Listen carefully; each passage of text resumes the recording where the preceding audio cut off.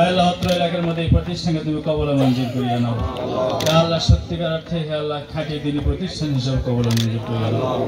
এখান থেকে যেন বাচ্চারা লেখাপড়া করে এ আল্লাহ দেশ ও দেশের খেদমতে যেন নিয়োজিত হতে পারে সেই তৌফিক নসিব করো।